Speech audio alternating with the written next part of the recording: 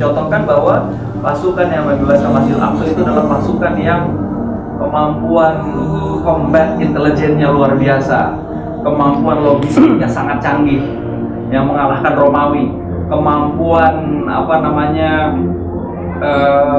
komunikasinya luar biasa. Saya selama tinggal di Damaskus, di antara beberapa kali pergi ke kota Aleppo itu, di kota Aleppo itu ada benteng Aleppo yang direbut oleh Nuruddin Zinki dari kekuatan Romawi yang masih tersisa sesudah zaman Rasulullah SAW, masih ada sisa-sisanya. Kemudian direbut oleh Nuruddin Zinki.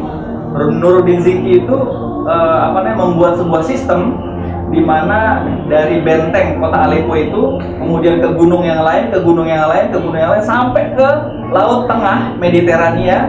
Itu ada sebuah sistem yang warning system.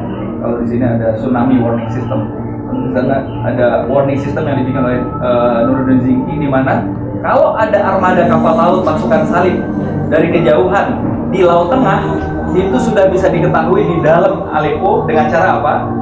Dari ujung pelabuhan sana ada api unggun yang dinyalakan, kemudian api unggun itu dilihat oleh pasukan yang ada di gunung, kemudian gunung itu membakar api lagi, kemudian api yang di gunung itu dilihat oleh pasukan lain yang di gunung yang lain, kemudian gunung yang lain membakar apinya juga lagi, terus sampai ke benteng Aleppo.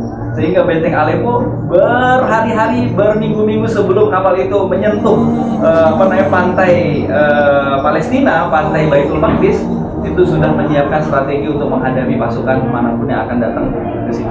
Itu luar biasa. Ikhwan fillah yang mulia Allah,